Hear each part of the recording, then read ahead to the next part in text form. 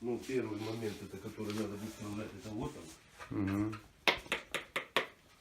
Какая чудесная вещь. Да ничего.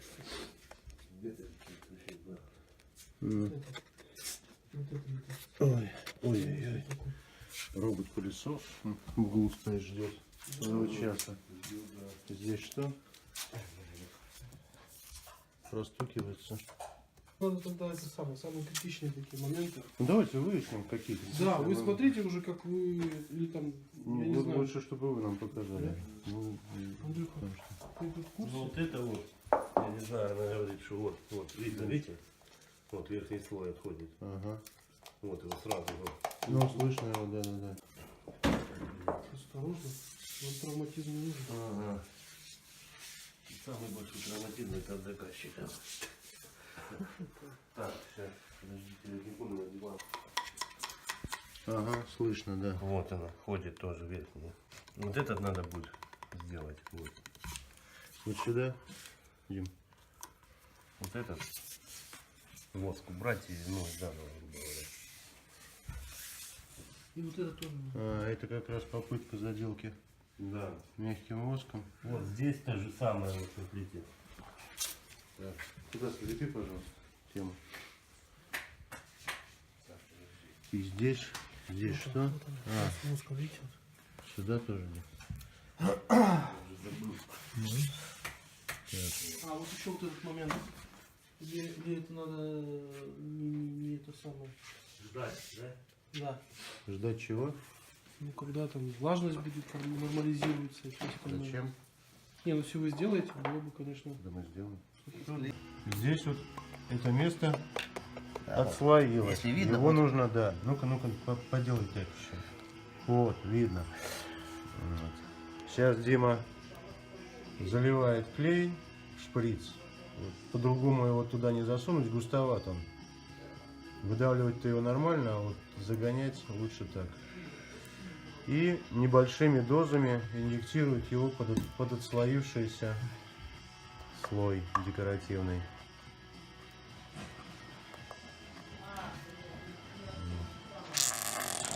Доску заклеиваем скотчем, чтобы ничего не испачкать. Потом мы скотчик просто снимаем, и все у нас хорошо. И всех остальных тоже. Да, много не льем. Много не льем. Со скотча тщательно удаляем клей. Вспенивающийся ремонтный клей Польфам, производство Бергер. Извините за рекламу. Но... Вот. А вот это что, Дим? Где? Пятнышко. И вот здесь вот еще. Уже ничего, да. Уже ничего. Отлично. Пока клей не высох до конца, стирается просто. Просто, да. Теперь мы прикрутим деревяшки прямо через инъекционное отверстие. Ну, благо, конструкция пола нам это позволяет. Мы выяснили, что это паркетная доска, нацелена на фанеру. В общем, толщина явно более 30 мм деревянного основания. Поэтому мы легко и просто крутим туда саморез. Вот. Тут главное не переборщить. Ну, то есть, чтобы саморез не сломался, а то же, как его потом оттуда выкручивать. Поэтому используем оцинкованный универсальный шуруп. А еще говорят, в этой квартире где-то живет здоровенный кот. Мы его пока не видели. Надеюсь, и не увидим. Он здоровенный настолько, что это явно послышалось ирония. Не боимся ли мы кота?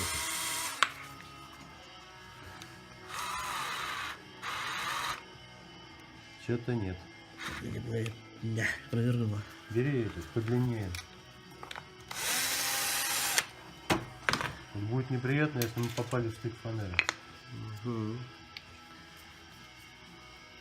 Это ж нам придется сейчас еще одну дырку делать. Да, дырки мы потом устраняем. Маскируем, скрываем, доделываем, реставрируем. В общем, как-то так работаем. Вот прижало, и слава богу, не крути дальше. Все.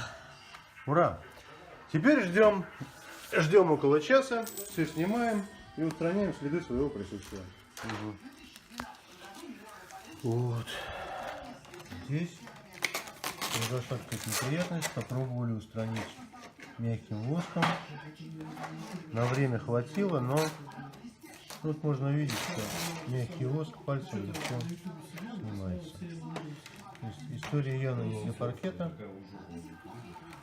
Вообще там какой-то самый... Пол с подогревом. Температура пола померяна где-то 27 градусов. Воск становится мягким. В общем, он запачкался весь. Пришел в негодность. Будем убирать это шпатлевками расплавами.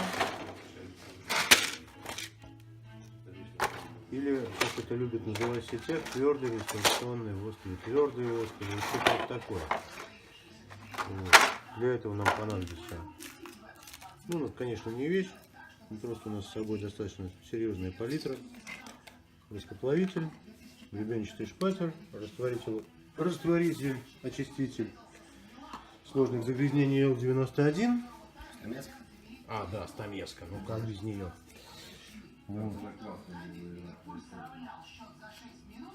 Ну и первое, что нужно сделать, собственно говоря, устранить, убрать. Дим, закрой баночку, а? Она тревожит, трындец вообще. Вот. Убрать мягкий воск, который здесь есть. Убираем механически, то, что размазывается, смываем очистителем.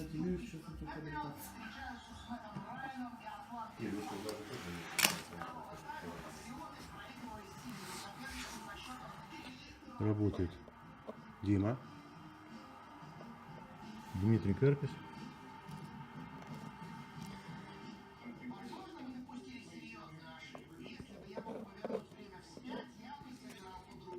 Вот, собственно, я не знаю, стоит ли показывать весь процесс, потому что он достаточно длительный и скучный, на мой взгляд. Да, сейчас вырежем и заплавим уже твердым расплавом. Ну хорошо, заплавим твердым расплавом. А цвет расплава ты просто подбираешь из существующей палитры? Да, я подбираю либо из существующей палитры, либо комбинирую уже там 2-3 цветами. Ну то есть ты смешиваешь, а их можно смешивать разные цвета, да? Да, их можно смешивать между собой. Смешиваются они легко. То есть, собственно говоря, для этого и расплав, наверное. Вот. Сейчас пока я ходил, в другом месте что-то делал. Где мы тут уже? А где? Куда? А, вот. А, тут уже что-то приближается к завершению. Ну, то есть научился как он хорошо это делать.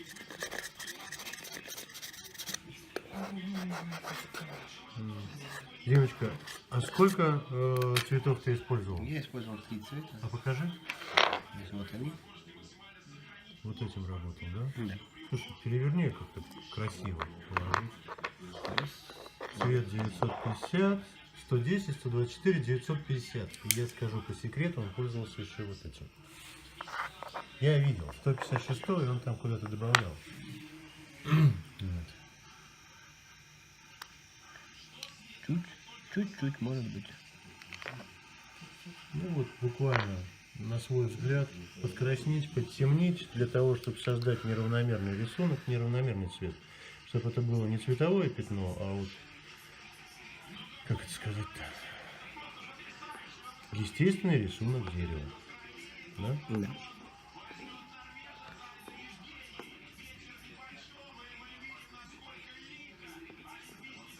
Вот и так постепенно, слой за слоем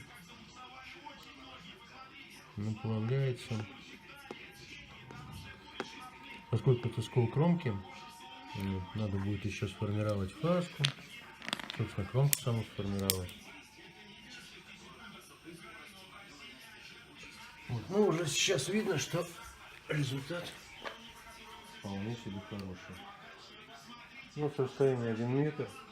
Не очень-то уже и видно, чем он там занимается. Зачем-то водит воскоплавителем по полу.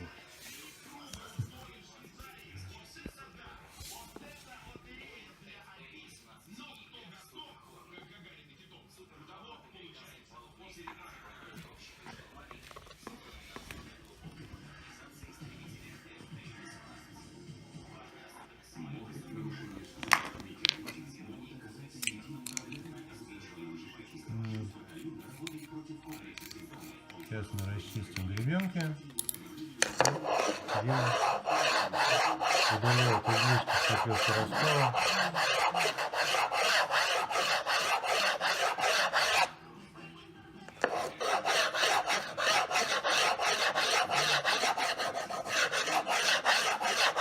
Чудеса. Чудеса. Собственно, не очень-то уже видно, да? Да? Ну вот эту щель ему еще нужно убрать. Ну как убрать? Не то чтобы ее совсем заплавить. Так-то она есть, существует какая-то. Поэтому, наверное, было бы неправильно ее убирать вместе заделки. Ну, чуть-чуть уменьшить, подровнять, облагородить. Вот как-то так. Ну, не будем ему мешать.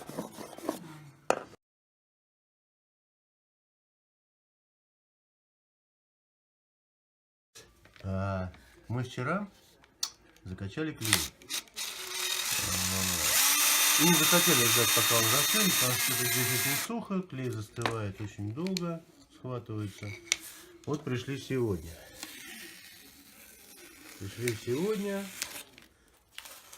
Все тут хорошо.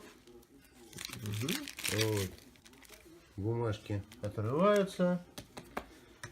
Паркет стоит, приклеился, инъекции сработали. Тут опасный момент.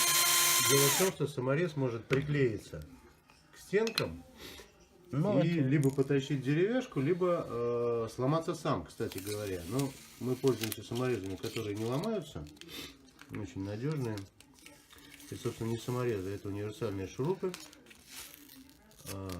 И нам осталось, собственно говоря, убрать бумажки и заделать вот эти дырочки. Дырочку покажите нам. Вот дырочка. Вот дырочка. Вот, Дырочка. Вот мы поснимали весь скотч. Ой, а где дырка? Дим, ткни пальцем. Дырку покажи. вот. Вот. Врешь ты все. Вот. Вот. Да, вот. Вот дырка. Она Была. еще не доделана. Да. Была дырка инъекционная. Вот сейчас Димочка с ней заканчивает. Есть здесь, сколько у нас тут? 8 или? Около 8 мест. Около 8 мест таких, да. Одно из таких мест находится где-то здесь. Вот, блин, где здесь? Здесь. Это где-то вот хорошего. Не, ты меня не разводи, я-то видел это все. Вот где-то здесь есть дырка. Была. Вот это она? Нет, она с края должна быть. Вот это она? Нет, это не она. Это просто грязька тут на полу налипла. А дырка где-то с края. Либо с этого, либо с этого. По-моему, с этого, кстати. Вот. Вот такая забавная игра. Найди дырку. Дырка не находится. Ну, прошу поверить на слово, она здесь была. Вот. Вот она, красавица. Она, Дим?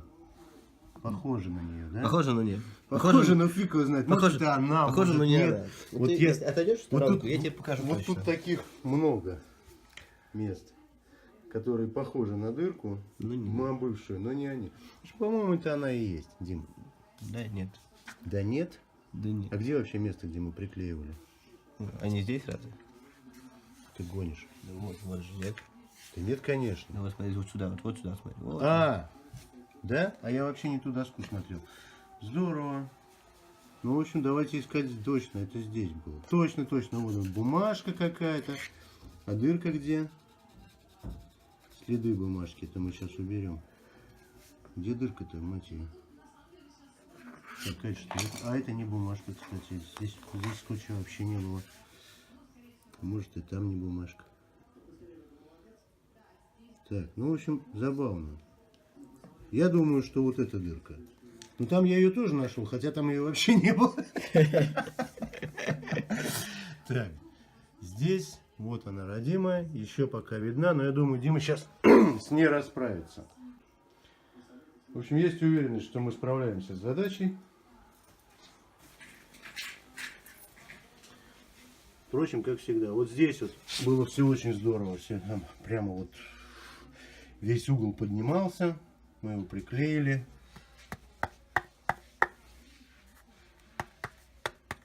Все хорошо. Здесь было очень много клея. Наружу выступило. Мы его срезали. Но еще вот только вот я его почистил. Инъекционное отверстие, вот оно. Никак не убрано еще пока. В общем, метод хороший. Нам очень нравится. Проблемы решаются. Проблемы с не самой качественной доской уходят в небытие мое. Димочка, а может стол как-нибудь сложим тебе? Не мешает он, нет? Мне нет. Ну и ладно. Пускай так будет. Да, аккуратно. Не мешает. Не ломаем чужие столы. Вот. Вот. Это место мы тоже уже почистили. Вот две дырочки. Сейчас Дима убирает остатки клея, расшивает края. Все как по классике. Вытягиваю отверстие и делаю его геометрически неправильным. Ну, таким пятнышком. Такая вот визуализация. Вот сейчас мы ему немного мешаем. Ну, надеюсь, он нас простит. Дима, ты нас простишь? Нужны ли кому-нибудь такие подробные видео? Потому что, ну, понятно, что просто посмотрев ролик, вы так не сделаете. Если есть такая иллюзия, очень советую в какой-нибудь ненужной деревяшке просверлить дырку и попробовать сначала сделать это на ненужной деревяшке. Вот отдельно хочется сказать, что мы применяем шпатлевки расплавы. Иногда их называют твердый воск, хотя воск они не содержат совершенно.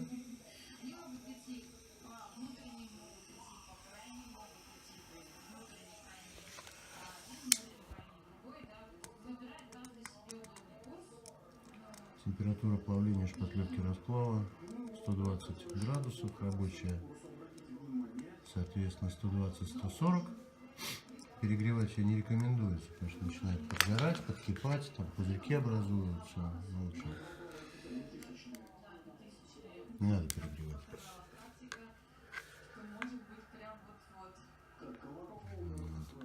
Иллюзии по поводу стамески тоже весьма опасны. Стамеска не только из хорошей стали, но еще не только острая, но еще и крайне заточена. Дима почему-то не любит пользоваться гребенками. Мы его заставили пользоваться этим шпателем, но этим шпателем он пользуется ровно так же, как и старым. И непонятно, зачем мы деньги потратили, потому что он стоит в 2 раза дороже, чем гладкий. Ну, вот. На самом деле надо пользоваться гребенками. Как-то редко и как-то по какому-то непонятному принципу он их использует. В основном располировывают. Вот. Дело в том, что Дима работает очень давно, и когда он проходил обучение, этого шпателя просто не было в линейке инструментов, поставляемых в Россию. Вот. Можно немного попенять нашим зарубежным партнерам, что они на самом деле совсем не все привозят в Россию, что у них есть. Вот настолько не все.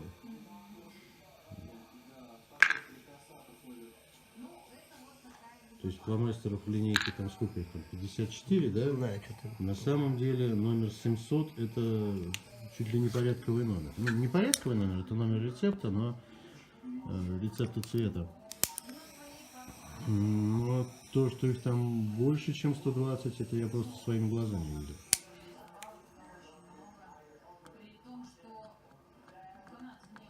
Ну вот считается, что этой линейки 54 цвета достаточно.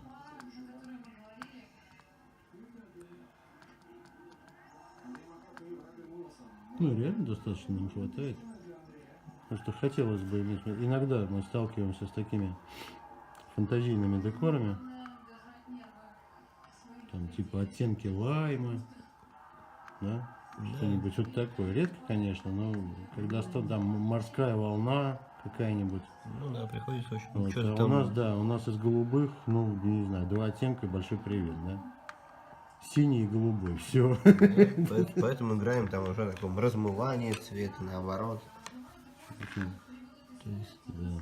Что-то придумал. Пользуемся приемами, опытом. Смешиваем одно с другим. В общем, хотелось бы что-нибудь поближе все-таки. Знаю.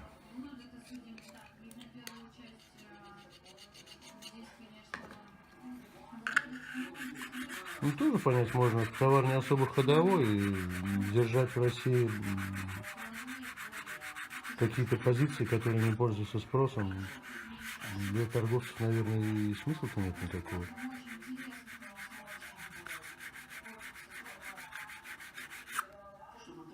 Так что в Ганновер за фломастерами, да? Погнали. Или по спецзаказу. Погнали в Ганновер. Я бы был. А почему, собственно, в Ганновер? А я не так сказал. Мне все равно. Не, в Ганновере у них выставка, а сами-то они в Швейцарии. Да. Главное предприятие. Через Ганновер. Ну, можно и на выставку, что нет. Она вот тут проходила недавно, выставка Домотех. Говорит, там выставлялся с большим успехом, как всегда. Правда, на этот раз никаких призов они в Ганновере не взяли. Ни по инновациям. Но есть подозрение, что я бы услышал о том, что они взяли призы. Специально не интересовался, но... Поскольку я подписан там на всякие новости.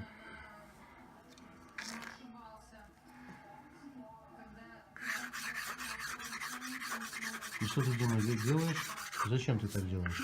Немножко Царапаешь паркет? царапаю паркет, чтобы немножко сделать такую структурку. Все-таки она есть. А, тут. то есть вот поверхность не гладкая, и нужно воссоздать эти неровности мелкие. Вроде как они и не видны, но если их не воссоздать, то будем видеть пятно, как ни старайся. Ясно.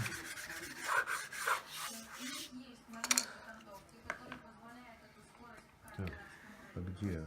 Одну дырку я уже не вижу, одну вижу. Вот ну, одна и осталась, да?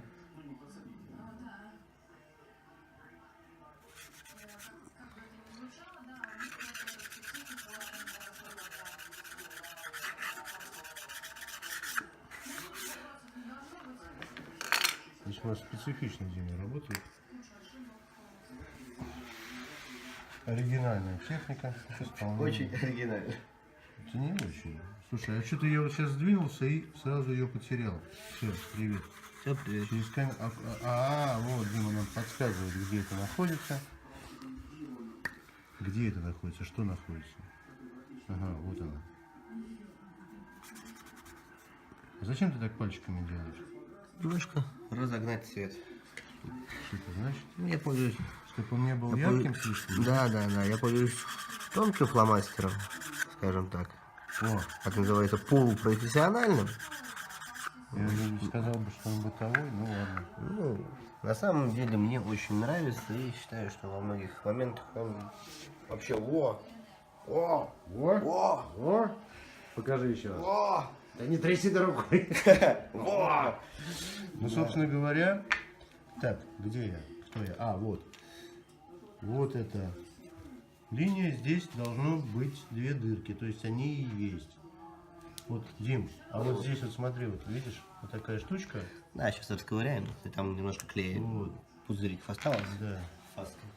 Ну, в общем, вот, осталось покрыть эти места ремонта лаком. В данном случае это лак ультраматовый, безареольный ультраматовый фиксирующий лак. Быстросохнущий. Ну, в общем-то и все.